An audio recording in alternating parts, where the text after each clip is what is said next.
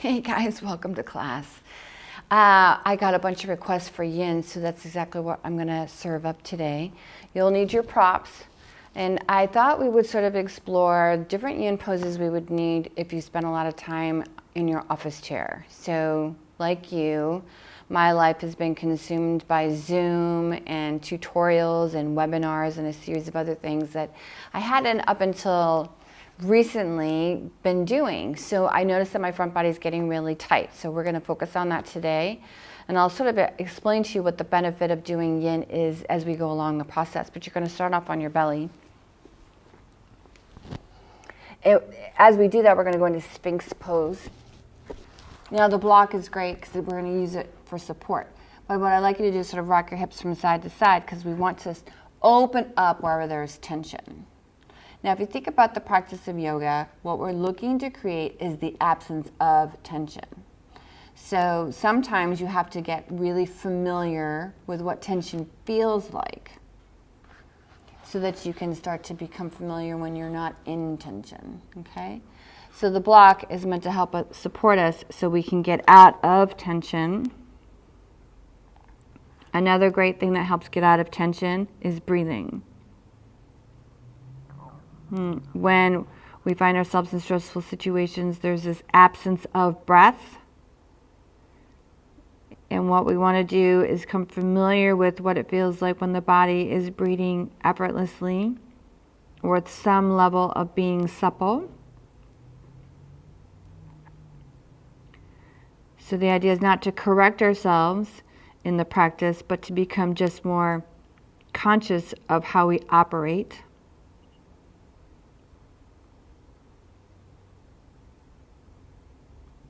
Sort of exploring our internal landscape at the same time.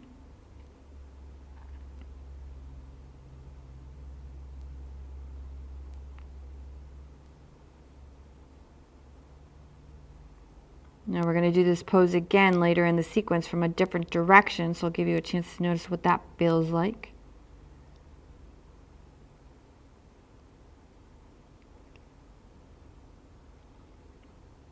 And we're going to move into what's called puppy pose from here. So you may still need your block, especially if your upper body has a tendency to be really tight. But you're going to push yourself up onto your hands. Here you are in tabletop position, or what would appear to look like a tabletop position. You want to bring your feet together and your knees to be fairly, maybe hip distance apart. And as you extend your arms out in front of you, you can drop your forearms back down to the ground. This is where those of us who can be tighter in the shoulders may need the block to support the head so we can soften into our experience. Now, if you're naturally fairly open in the shoulder girdle, then dropping your chest towards the floor is a natural reaction, so let that happen as well. We're just trying to find this, what is our landscape like? How do I naturally move and soften into different poses? And then once you land, see if you can create the absence of tension.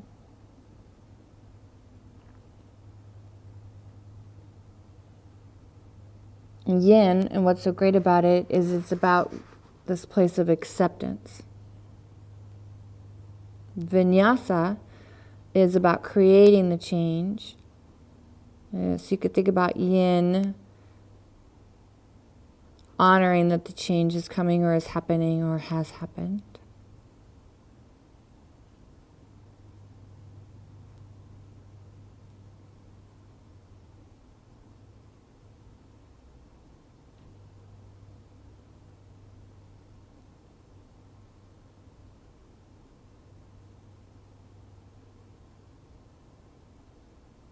One more breath here. Now, if you start off with the prop and it starts to hold you back, then make sure you let it go too. Yeah, the whole practice is never to be too fixated, right? Because we're constantly changing. We're going to come back up. We're going to sit. We're going to come into fixed firm from here. And what I like about fixed firm is it's a great stretch for the quads. So the tops of your feet are going to be on the floor, but your knees are going to come in towards each other. It's kind of an internal rotation. You'll place the block between your knees or your shins and then sit back on it. And we want to get a good stretch through the tops of our feet. So here's the tops of the feet are down, the shins are down, the knees are together, the quads are internally rotating, literally into each other, and that's going to change the direction of the stretch. Now, some of these poses may feel more familiar than others just because of what you naturally do on or off your mat. So if we're just in this place of exploration when we're practicing, it's not so much about changing anything as it is about being in acceptance to what is, okay? So we close our eyes, we draw our attention inward.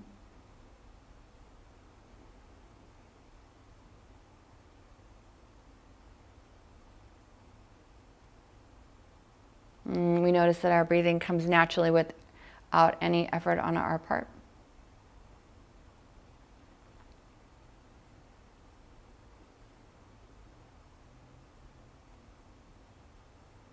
And so there's this moment of self-inquiry, and you can ask yourself, oh, do I breathe through my mouth?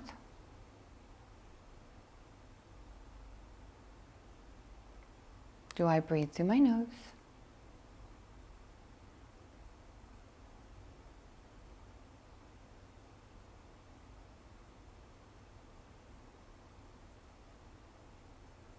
And we'll move on to the next pose. And this one is meant to get into the side bodies, which is also more front body stretching. So we'll come up onto our knees, and you sweep your arms up towards the sky because we want to get as far into the side body as possible. The left shoulder is going to come down to the mat, and the right arm is going to come forward as well. Now this may be enough.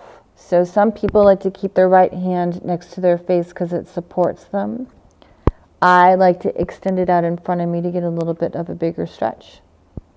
You can also take your right leg towards the back of the mat and start to look towards the ceiling, and you'll feel that side body stretch, right from the left hip through the left shoulder.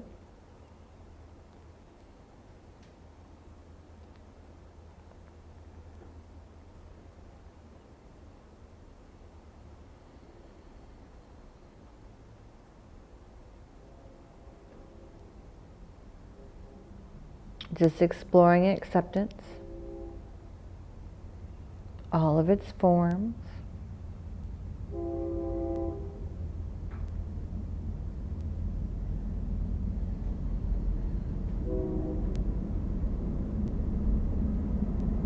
And then we'll release. We'll bring the right knee in, the right hand in.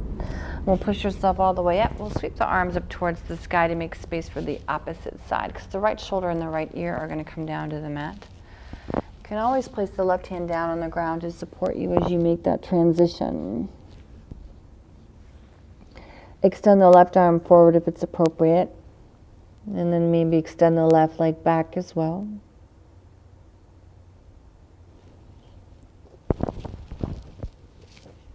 If you are holding your breath in any of these poses, you've gone too far. That's a great little barometer.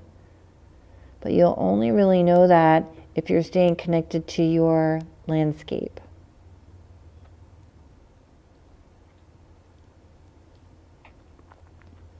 I realize many of you may be practicing while you're on your lunch break, so maybe the cooking timer is going off, or the waiting room bell from Zoom is ringing.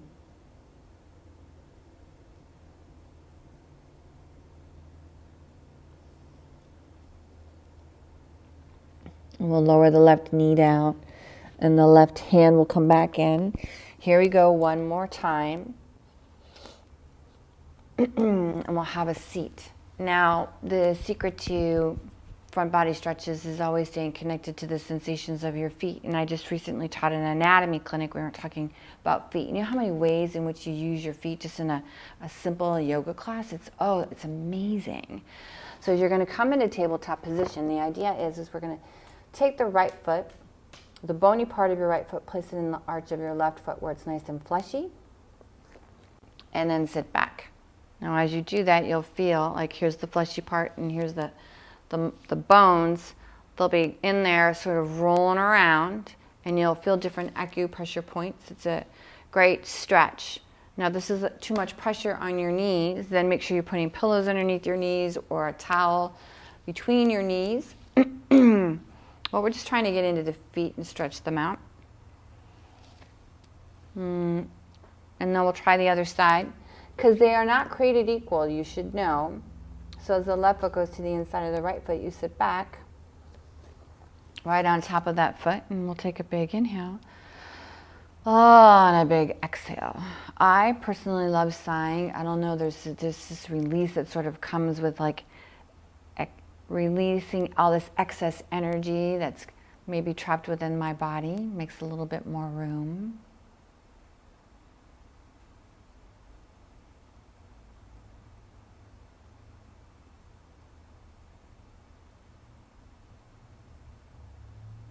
And on the next breath, we're going to back out. And as we come forward, we're going to go into frog pose. Now, frog is great because it stretches out the inner thighs. And you may need your blocks. So what we're going to try to do is get to the insides of the thighs, which get super tight when you've been sitting in your office chair for long periods of time. So as you externally rotate them as much as possible, you can rest your forearms down on the ground, and then you can also use your block for some support. Now, try not to hold your legs in. Allow them to sort of slide naturally away from you. And the goal is to find absence of tension.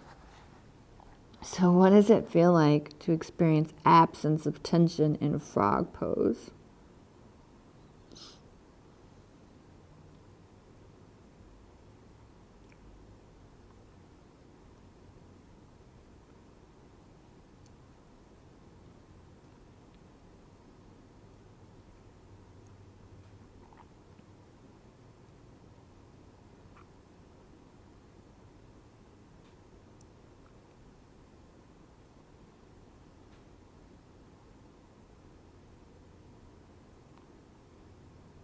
And see if you can go a little bit further.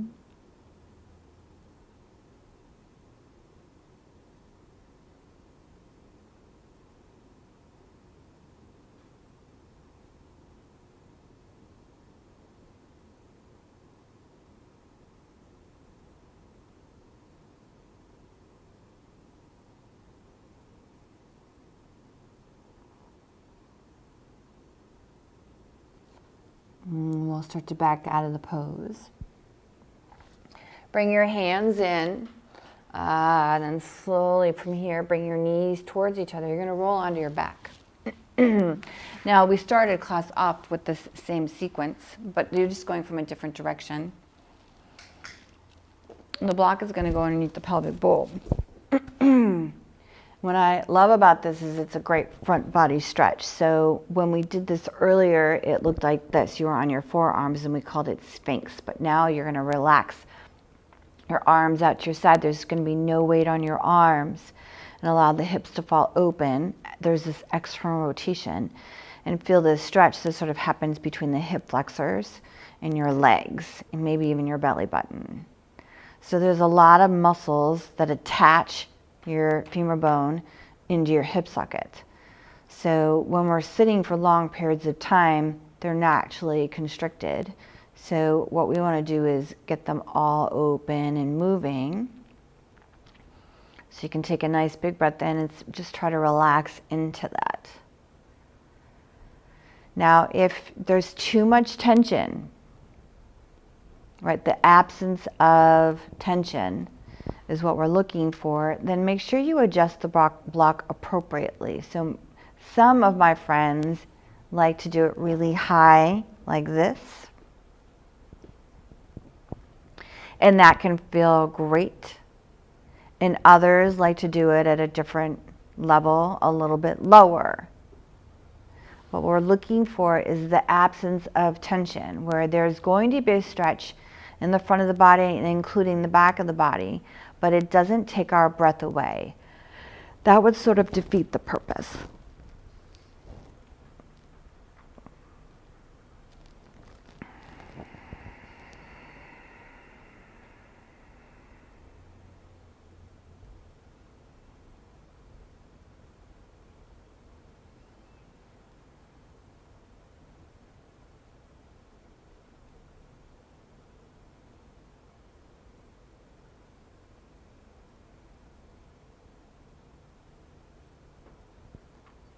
And one more breath here.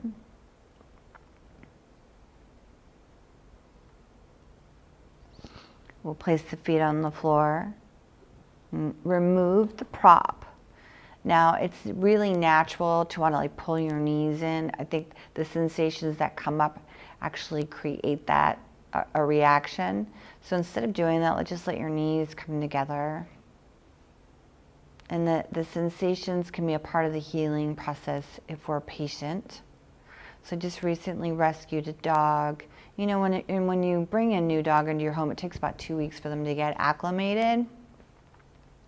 Well, if we allotted ourselves those transition times as well, like 2 weeks, 3 weeks, whatever the case may be, I think sometimes things would go a little bit more smoother than they do. And on the next breath, we will pull our knees in. You'll grab behind and just start to roll back and forth. And this is a great stretch. It's also really helpful to be childlike as well, especially if you're in the midst of a pandemic. And we'll come up into a comfortable seat.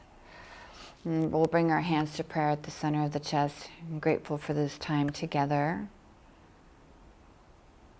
I hope you're all doing well. And I'll see you soon. Namaste.